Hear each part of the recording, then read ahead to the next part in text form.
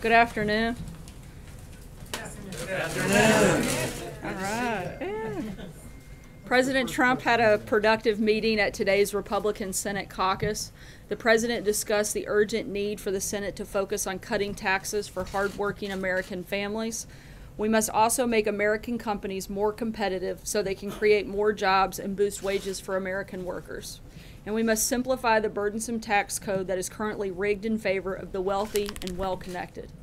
As the president tweeted this morning, the markets continue to hit historic highs and unemployment is at a 16-year low. There is a spirit of economic optimism sweeping the nation, but our economy cannot take off like it should unless we deliver historic tax cuts and reforms. This is the president's top legislative priority, and he was encouraged today by the show of unity by Republicans on the Hill about getting this done. During the policy lunch, the president also discussed the urgent need for the Senate to confirm his slate of eminently qualified nominees, in spite of Democratic obstruction, so that they can get to work on behalf of the American people. The president will continue to work closely with the Senate to deliver on a legislative agenda that puts the interests of the American people first. This morning, the president welcomed winners of the Minority Enterprise Development Week Awards. This awards program is designed to celebrate the outstanding achievements of minority entrepreneurs, as well as individuals and organizations that are leading the way in advancing minority business enterprise. The award winners who visited the White House certainly meet that criteria, and the president was proud to host them. He's laser focused on building an economy that works for all Americans and delivering tax cuts and reforms for these hardworking entrepreneurs by the end of the year. On the national security and foreign policy front, for the 8th time, Russia has blocked UN Security Council action to hold accountable those who use chemical weapons, including terrorists in the Assad regime. By blocking the extension of the Joint Investigative Mechanism, Russia has once again demonstrated it does not care about stopping the barbaric use of chemical weapons in the world and will do whatever it takes to protect its ally, the Assad regime. Blocking the extension of the investigating authority means nothing less than Russia's endorsement of the Assad regime's use of chemical weapons against innocent women and children. We will continue to push back against this. And with that, I'll take your question. Sarah. President Trump previously tweeted that Jeff Flake is a very weak and ineffective senator. Do you know if he has any reaction to Flake announcing that he won't seek re-election? I haven't spoken with him directly since the announcement by Senator Flake, but I think that based on previous statements and certainly based on the lack of support that he has from the people of Arizona, it's probably a good move. Matt? Thanks, Sarah. So we have 2 Republican senators now just today, Senators Corker and Flake, calling the president's behavior unacceptable and dangerous, saying that he regularly tells untruths. Senator Flake just called on his fellow Republicans to end what he called complicity and accommodation.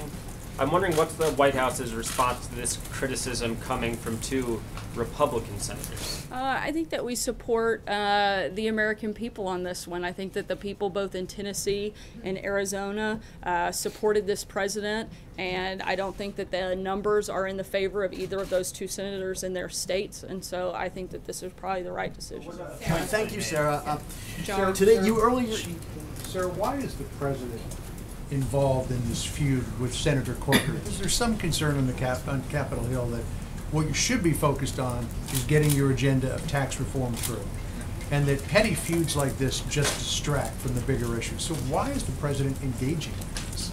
Look, the president is focused on doing this. That's what he spent the majority of his day talking about. He went to the Hill and met with Republican senators to talk about tax reform, to push his legislative agenda.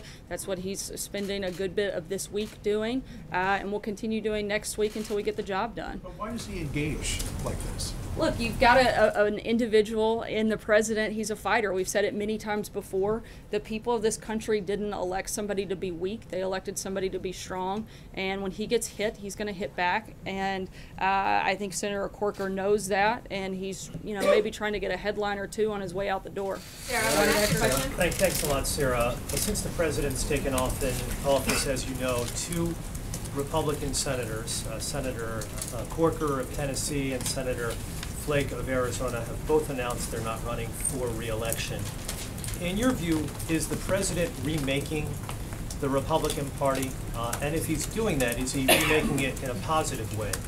I wouldn't say necessarily he's remaking it, because you have a couple of individuals that are no longer running for office. Look, he's got a great relationship with a number of Republican senators. He's going to continue working with them and make sure that we get things done for the American people. He wants people to be in the Senate that are committed to actually moving the ball down the field, and I don't think these two individuals necessarily have been as focused on that. The president wants to get things done, and that's what we're going to work through the fall. John? So I understand that neither of these two senators we're talking about now have been allies, to say the least, of the president. But this has been an extraordinary series of attacks on the president from major figures in the Republican Party, not typical political attacks. I mean, saying that the president is responsible for the debasement of the nation, that a breakdown of civility is the fault of the president, and that enough is enough. We've seen similar remarks from John McCain, the party's former nominee. In any of this, does any of this make the president pause and wonder if he is doing anything wrong, that he bears any responsibility for what these senators are saying is a breakdown of civility in our country? Look, I think the voters of these individual senator states are speaking in pretty loud volumes. I think that they were not likely to be reelected, and I think that shows that the support is more behind this president than it is those two individuals. Why is there so little? Why is there so little pushback from other Republican senators on this? I mean, Mitch McConnell is the Republican leader. Bob Corker is still a committee chairman. Should there be? Leader McConnell stood with the president just last week here at the White House and talked about how they were working together, how they were getting things done, how they were focused on actually moving the agenda forward. And so I think that's a pretty clear indication of where his support lies and what we're working to do. If I could just pick up on what John was talking about. One of the criticisms from Senator Corker today was the idea that history will most remember President Trump for debasing the country. And you could hear in Senator Flake's remarks the idea that he seemed to be writing it for history. How do you think history will view not only the remarks of the two senators today, but also former President Bush last week? I certainly think history is going to look at this president as somebody who helped defeat ISIS, who built an economy that was stronger than it's been in several decades, who brought unemployment to a 16-year low, who's created over 1.7 million jobs since being elected. I think those are the things that people actually care about, not some petty comments from Senator Corker and Senator Flake. And I think they're a lot more concerned about the big policy initiatives that this president is driving, including historic tax cuts, which we're going to get done by the end of this year, and then start focusing on some other things. Those are the things this president will be remembered by, and I think those are pretty good, certainly good facts, and ones that we're happy to stand on. Peter? Thank you, Sarah. The president at lunch today asked the senators for their a show of hands on two candidates for Fed chair, Jerome Powell and John Taylor. Does this mean that Powell and Taylor are the president's favorites for the Fed chairmanship, and what would he ask input from the Senate on this? Those are certainly individuals that he's looking at, and as we've said, we don't have any announcements on that at this time, but the president is taking that decision extremely seriously, and he's being very thorough in the process, and he'll have an announcement on it soon. Sarah. Sarah, are you concerned, is the White House concerned at all that these conflicts, which keep escalating, could impact the president's agenda? I mean, specifically, could, for example, Senator Corker, the president continues to, lash out at him like this, could that prompt him to, do things that can be detrimental to the tax code? I would hope that Senator Corker is more focused on getting things done in his final months, and so we hope that he'll be very supportive of the tax cuts and tax reforms that the people in his state have demanded and frankly elected him to go to Congress and help do. Could be a distraction. Pick up on that because the president in two different tweets today had said that Senator Corker was fighting tax cuts. Those were his words. Will now fight tax cuts and is now fighting tax cuts. But there's been nothing public from Senator Corker that he might be against tax cuts. So what exactly was the president suggesting or referring to there in those tweets? Has Senator Corker privately told the president or the White House that he's against tax cuts? I don't know that he said he's against them, but he certainly indicated his unwillingness at this point to really step forward and work with the administration on getting things done. We hope that he will come around and certainly vote for tax cuts as the people in his state have demanded and requested and pushed for him to do such. Does the White House think that Flake, McCain, and Corker will eventually vote for tax cuts, all three of them, because you need all three of them? I certainly think America hopes they do. Thank you, Sarah. Last week I asked you if the president wanted Senator Corker to resign, and you didn't want to go there. In light of everything that has happened since, has the White House changed its position on that? And at the very least, does the president think that Senator Corker should step down as head of the Foreign Relations Committee, especially since Senator Corker told CNN today, and I quote, that he wants to investigate some of the things that he is purposely breaking down, he being President Trump?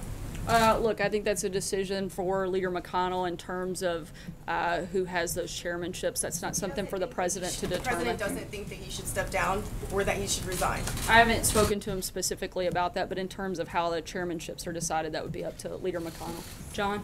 Okay. Thank you, Sarah. Two questions. There is currently a contested primary for Senator Corker's seat. Congresswoman Blackburn facing former Congressman Fincher, and it's almost inevitable there will be a contested primary in Arizona.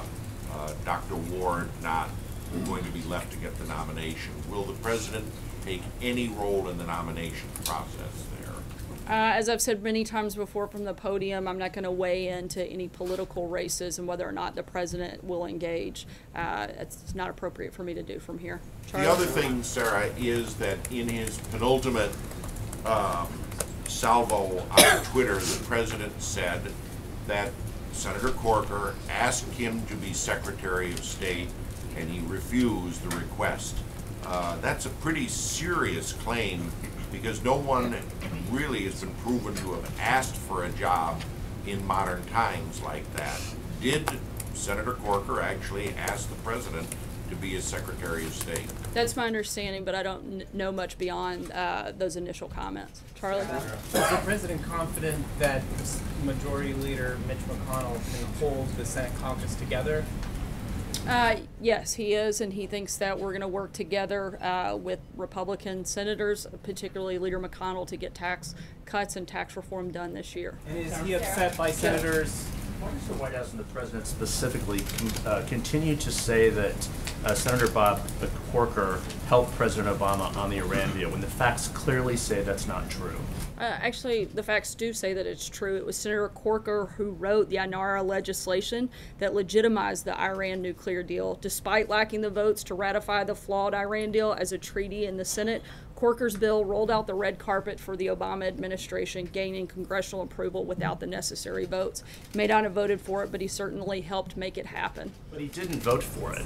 But I mean, he the Washington helped allow Post has it to given take 4 place. Pinocchios on this. If you look through And it, as I've Senator said many Corker times says it's a before, I lie. wouldn't Why use does- the Washington Post as my source, Jeff. You Exactly, should know but better this than is that. true. When you go back and look through Jeff, this, the Mason. White House clearly is not telling the truth on this. Why does the president continue to say that he helped President Obama with it? It's Because just not he true. did. He voted against it, though, Sarah. He voted against it, but he allowed it to happen. He put it in motion. He rolled out the red carpet, and he made it possible for it to move forward. That is a fact, and that is true. Jeff? Sarah, what do President Trump's advisors advise him about his use of Twitter? And on a separate, unrelated issue, is the president seeking to kill a deal between Boeing, or Boeing's a deal to sell planes to Iran Air? On the first one, I would say in regards to Twitter, as I've stated several times before from here, it's always a benefit for the president to be able to speak directly to the American people without any filter, without any bias. I think that's a positive thing. I think it's one of the reasons that the president is because he often goes directly to the American people, speaks directly to them, and I think that's a plus. And the second question, I'm not aware of that, any detailed conversations. I couldn't weigh into that right now. Sarah.